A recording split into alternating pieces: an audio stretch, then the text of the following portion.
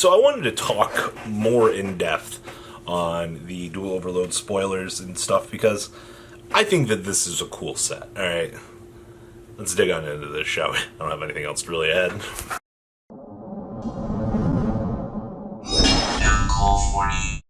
Cool set's really all I could come up with. So, let's talk about impact in the metagame, sales, prices. Stop PMing me, asking if I have Duel Overload cases for sale. Literally, this set went up. I got 45 PMs from people. I'm not even lying to you. I counted before this video with people going, hey, I know you have Duel Overload coming. Can we buy cases from you? I'm like, no, we're opening them all because the profit margins on singles, really good. Alright, so, impact on the metagame. Alright, so what we got here? Okay, so we know about needle fiber. I don't want to talk about that. That's boring. It's not the funny stuff. Alright, we've got Union Carrier coming to the game. Buster Blader Lock, here we come. So everybody in the TCG right now is like, oh yeah, I think this one got swept under the rug pretty hard because you got the whole market side where everybody's like, oh my god, infinite impermanence, no! And they're screaming in absolute terror right now. And I didn't actually think that reprints could do this to people, but people they literally have lost their mind over this. So yes, Union Carrier's coming. Yes, Buster Blader Lock right around the corner. I hope you guys are ready to play your Garnet in your deck because this changes a lot. So, like, you have the Buster Blader Lock. You've got the infinite little loop with the whole Thunderbird, with the whole Apex Avion for the infinite negates. Oh, yeah, for a competitive scene, that's going to be a train wreck. Oh, do you know how many people are about to just be angry at the world as they literally... do people know how to play against the infinite loop lock? Like, I don't think you do. I don't think people understand that Apex Avion Infinite Negates is really good. So, that's one thing, alright? So, we've got that coming into play. I know we got the Dark Lord monster doesn't really do anything, in my opinion. Hold on, let's see what we've got here. Oh, yes, the Bujin Link. How could I forget about this terrible card? Alright, that's all I gotta say about the Bujin Link. Now, the Anaconda. Alright, so we do not have Dragoon of the Red yet. Now, if you guys don't know about Dragoon of the Red, you should go watch every video that anybody has ever made, ever, talking about the card. I haven't done a discussion on it, but I, gosh dang, did a lot of talking about it when we were playtesting it.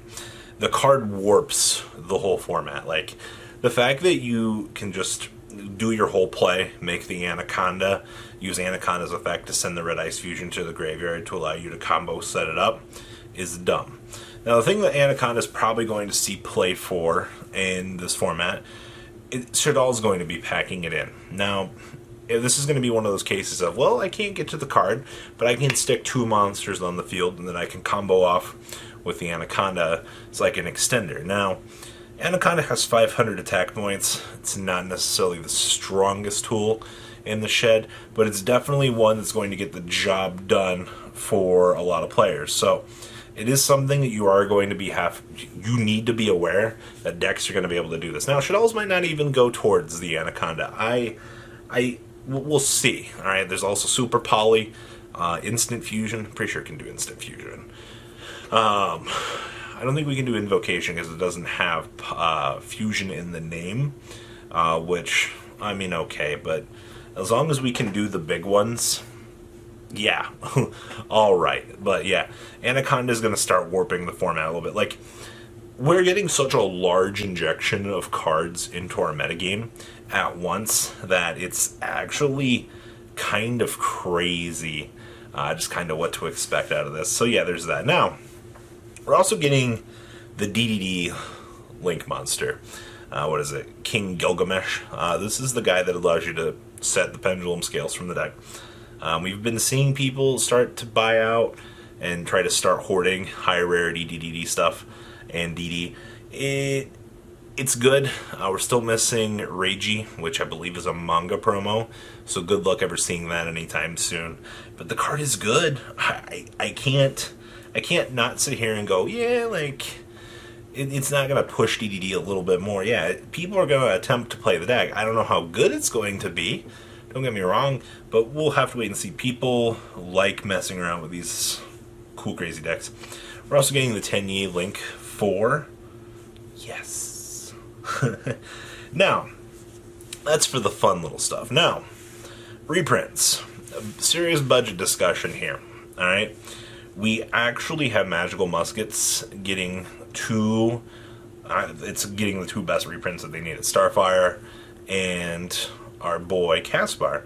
And to top things off, Max is like $1 Link Monster. At this point in time, I would start probably dedicating... If I was a budget player, alright, you're going to need Utopia double, you're going to need double or nothing, and you're going to need the basic cards for the Magical Musket deck.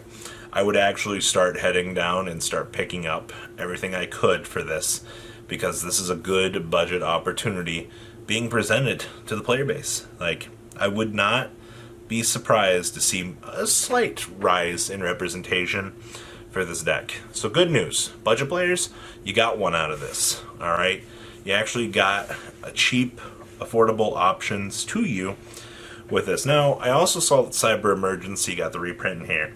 Now, this does not mean that Cyber Emergency is going to come crashing down through the building and become affordable. I don't think it's going to be the case. Alright, I do think that it will be more available to the player base. I mean, considering the whole Cyber Dragon deck just got reprinted in the 2019 Megatons, most of the stuff is severely affordable to the player base at this point. So, once again, good budget options. Alright, I also see that Infinity got the reprint. Okay. Alternate art, it's cool. Whitemare got the reprint. I mean, Skull Servant's not a budget option, but it's one that needed it. Witchcrafter got a reprint, probably becoming slightly more affordable. The original print was just so, like, up there. We'll have to see if it comes down or not. Now, a lot of good reprint stuff in here. Like, I'm actually hoping that Musket stuff... I don't foresee Caspar and Starfire's reprints being over $5, honestly. But outside of that, like... Okay, so Dinosaurs... if you can afford Oviraptor's Double Evolution Pill just got the reprint, the pill should probably be a $5 card, I would think. That's good news. Like, Dinosaurs become slightly more... Oh, and then they play Pot of Extrav. Well, if you want to pick up budget dinos without the extravs, there are things that you can do to play around it. I think that that's good. Like, pick it up, alright? Now, Malefic and Cubic cards are in here. Now, Malefic has no chance of doing good ever in its life, alright? Like, maybe 2 years ago? Yeah, maybe. Outside of that, Cubics have top 100. I think it got top 48 at a YCS.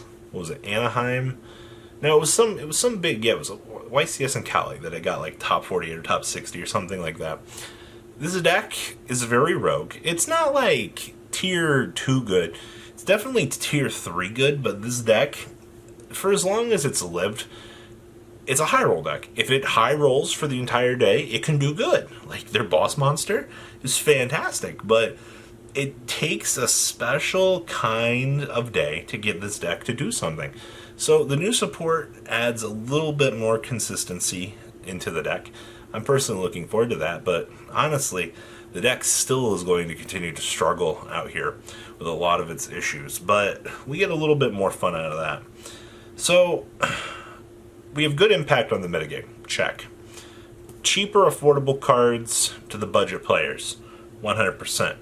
Imperm, on the other hand, I don't know where this is going to settle. We've already seen Dual Power from last year creep down from the $40 mark that it was down to the $30 mark. I assume we'll probably see something very similar at this point. Just, we have to give this time. Alright, like, it's going to be one of those things. It's just going to take a hot second to calm down and just kind of get there. But this is going to be interesting. not even like from the business standpoint, but like the metagame shift that's coming to as a player. Like, I'm super excited for just how crazy this is going to be. So what do you guys think about this so far? Please leave a comment down below, tell me what you guys think. Well guys, I'm out. Peace. The ride never truly ends. Thank you, patrons, for helping support the channel. Without you guys, I don't know if I'd still be doing this. And for those of you that like Cardfight Vanguard, FanCool40 is here for all your content needs. And those of you asking if I sell cards, mcoolgames.com for all your trading card game needs. Check the description for more interesting info. Thanks for watching, guys.